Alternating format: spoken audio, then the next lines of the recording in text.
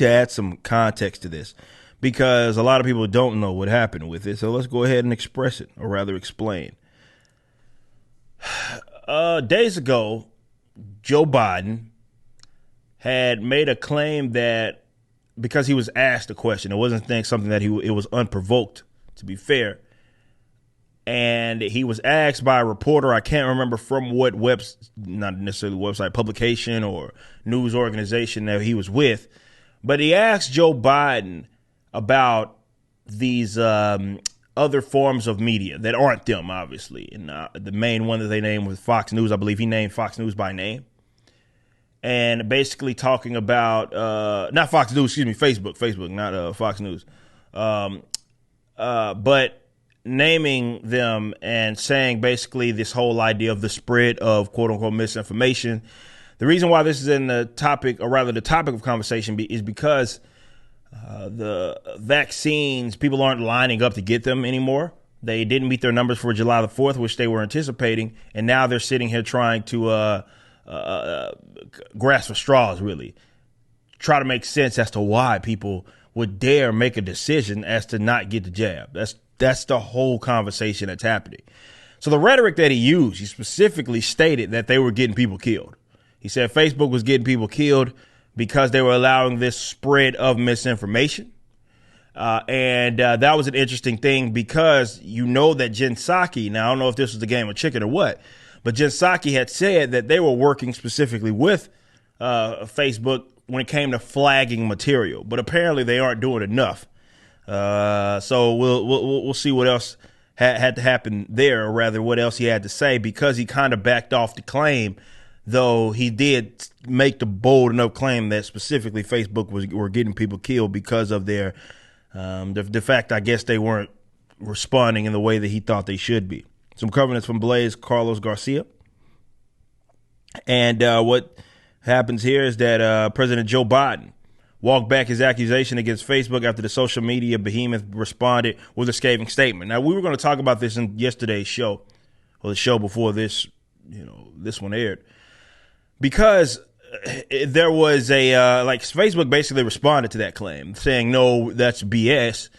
Now, it's interesting because there's so many angles you could take with that, because it's not necessarily a good thing as far as I'm concerned, because they're sitting here expressing how much they were between, be it their algorithm or their policies, and how they were trying so hard to remove the idea of people being, let's say, putting out information, what they deemed as misinformation, as it pertains to COVID-19 and the vaccine. That's not necessarily a good thing as far as I'm concerned, from a policy standpoint, but they were bringing that up to basically say, hey, look at us, we are doing all of that.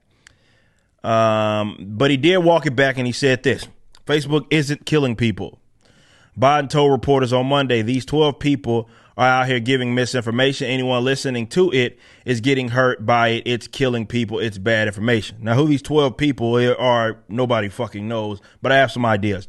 My hope is that Facebook, instead of taking it personally, this is basically Biden responding directly to Facebook, responding directly to him.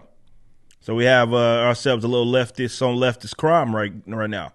But he says, my hope is that Facebook, instead of taking it personally, that somehow I'm saying Facebook is killing people. Well, you did literally say that, that they would go do something about the misinformation, the outrageous misinformation about the vaccine. That's what he meant. So he's saying that he corrected himself, and that he didn't mean that they were specifically killing people. The people on the site are spreading misinformation, and they're not doing enough, or they could be doing more, and that's in itself effectively getting people killed.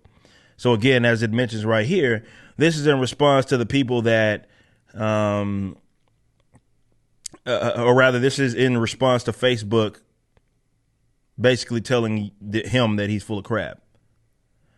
Now, on Friday, Biden was leaving the White House when he addressed a reporter asking about coronavirus misinformation. The reporter asked the president, on COVID misinformation, what is your message to platforms like Facebook? And this is when he responded, they're killing people. That happened before this recent statement.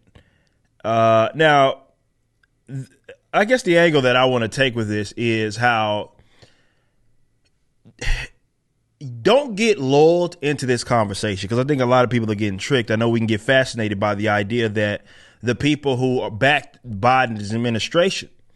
And definitely when it came to the health policy and helped him really perpetuate these ideas, Facebook was you thought would be working hand in hand with Biden administration. Definitely when you consider the information that is out there about Facebook's employees and in what way they swayed in terms of their voting habits. But what we have here is, I think, in my honest opinion, is it's optics. Because what it does is it acts as, or rather, it's a controlled conversation. Think about it. Because now we get to have a conversation, or they're trying to get us to have a conversation, which we have to have it, but don't get lulled, about, okay, well, Facebook is being in opposition to Joe Biden. So Facebook can say, hey, look at us. We're not as locked and stocked with this administration, or rather with this Democratic Party or authoritarian leftism. But that's bullshit. Right. We know that's BS. We know how their approach actually is when it comes to this sort of stuff. And I don't want to get lulled into having that sort of conversation, or that being the driving narrative to take from this. If there's anything to take from this, is that Facebook really has abandoned this moronic idea. Let's take a step back. They are well aware how people view their website. Let's say that. Let's start there. Now, when they talk about the 12 people, I think what they're referring to is conservative commentators, because they are way more popular on those platforms, for example, with Facebook, than they are on like the Twitters of the world. Not to say these guys don't have a large following, but they dominate over at Facebook, despite them being to the opposite of, I don't think as opposite as a lot of people like to think, but touche, I guess.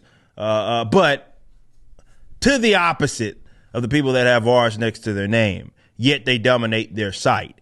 And those tend to be the people that are a lot more skeptical of the vaccine stuff, and will generally put out information that is critical or, again, skeptical of what's going on. And they don't like that.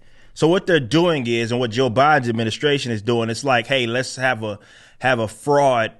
Let's talk about both sides of our mouths. We have a kind of this fraud beef here between us, and that gets people off of your backs, and that makes me look like I'm also taking a stance against this subject matter. But to me, all I see is a bunch of assholes working with each other to try to shut down any and every person that is popular on their platform that is just simply not lining up, or rather falling over themselves or in their neighbors, to try to get this vaccine, or spreading the doom and gloom as it pertains to COVID-19. Me personally, that's all I think that this is. That's it. Because I always thought that was a bad policy. And we talked about this with YouTube as well, but I need people to understand this, guys. YouTube, for example, used to be a place where that was the appeal. You go there and you could get stuff that you generally wouldn't hear talked about on, like, your run-of-the-mill television stuff. And also just any old Joe Blow could get on there and post some information.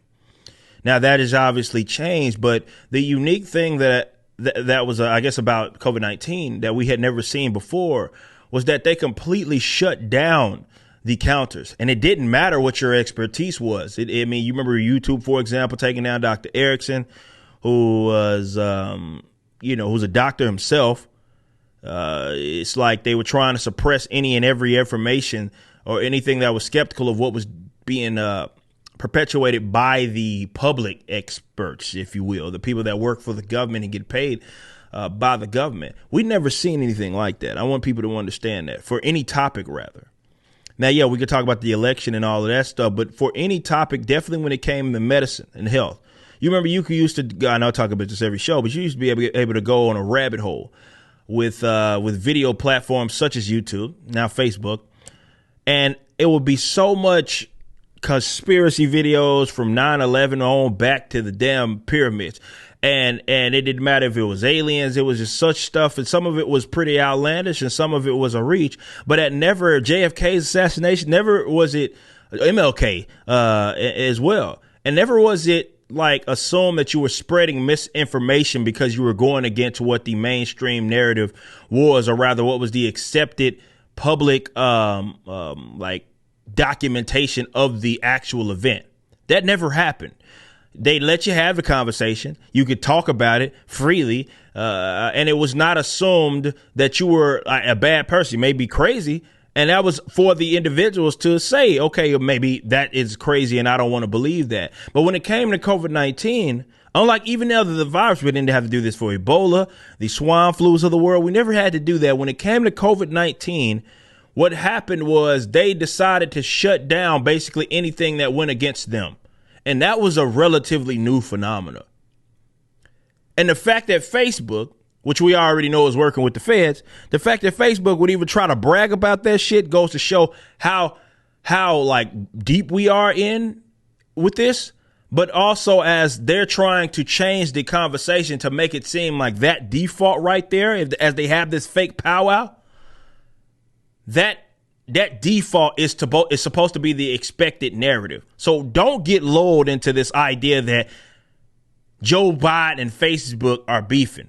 That's optics as far as I'm concerned, and focus on the fact that this company is admitting not only to, we already know that they're working with the feds, but they're admitting to basically doing everything in their power to try to stop anything that is deemed or rather delegitimize anything that is deemed as against the grain to the mainstream authoritarian leftist narrative when it comes to COVID-19. You just watched a clip from my podcast, For Canon's Sake. Catch us live at 12 p.m. throughout the week over at youtube.com/YoungRipper59 and follow us over at odyssey.com/@YoungRipper59. If you want to watch the entire video cast after the show is over, just be sure to become a member on the YouTube channel. Of course, the full audio portion of the podcast is available for free on all major digital platforms, or just visit forcanonsake.com.